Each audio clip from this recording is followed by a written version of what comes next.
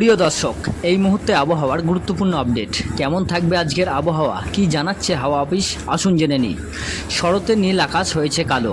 গত কয়েকদিন থেকে তুমুল বৃষ্টিতে ভিজেছে দক্ষিণবঙ্গের জেলার পর জেলা। আবহাওয়া দপ্তর জানিয়েছে আজও সেই ধারায় অব্যাহত থাকবে।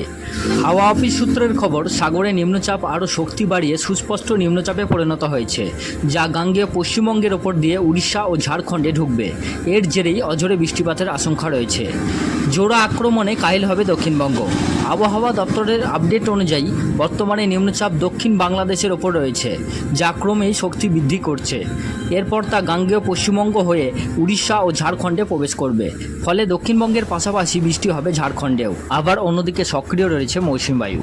এর দুইয়ের জোড়া আক্রমণে টানা ভিজবে দক্ষিণবঙ্গ। আজও কি নিস্তার নেই? দক্ষিণবঙ্গের কোন কোন জেলা ভিজবে, আসুন দেখে নেওয়া যাক। মঙ্গলের পর বুধেও ভারী বৃষ্টি চলবে দক্ষিণবঙ্গের কয়েক জেলায়। আবহাওয়া দপ্তর জানিয়েছে সমুদ্র উপকূলবর্তী জেলাগুলিতে অধিক বৃষ্টিপাতের সম্ভাবনা রয়েছে।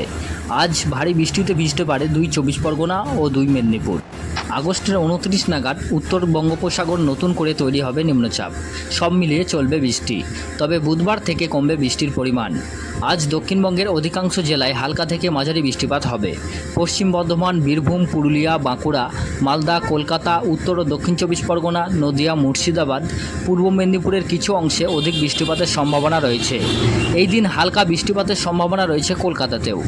আবহাওয়া দপ্তরের আপডেট অনুযায়ী আজও কলকাতা ও সংলগ্ন এলাকার আকাশ মেঘলা থাকতে পারে। কয়েক পশলা বৃষ্টির সম্ভাবনাও রয়েছে। বজ্র বিদ্যুৎ সহ পূর্বাভাস রয়েছে।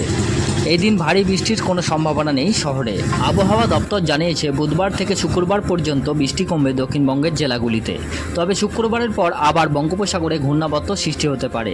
ফলে ফের একবার বৃষ্টির বাড়ার সম্ভাবনা রয়েছে হাওয়া অফিসের রিপোর্টে। উত্তরবঙ্গের আবহাওয়ায় উত্তরবঙ্গের জেলাগুলিতে ভারী বৃষ্টির সম্ভাবনা আপাতত নেই। হালকা থেকে মাঝারি বৃষ্টির সম্ভাবনাও রয়েছে।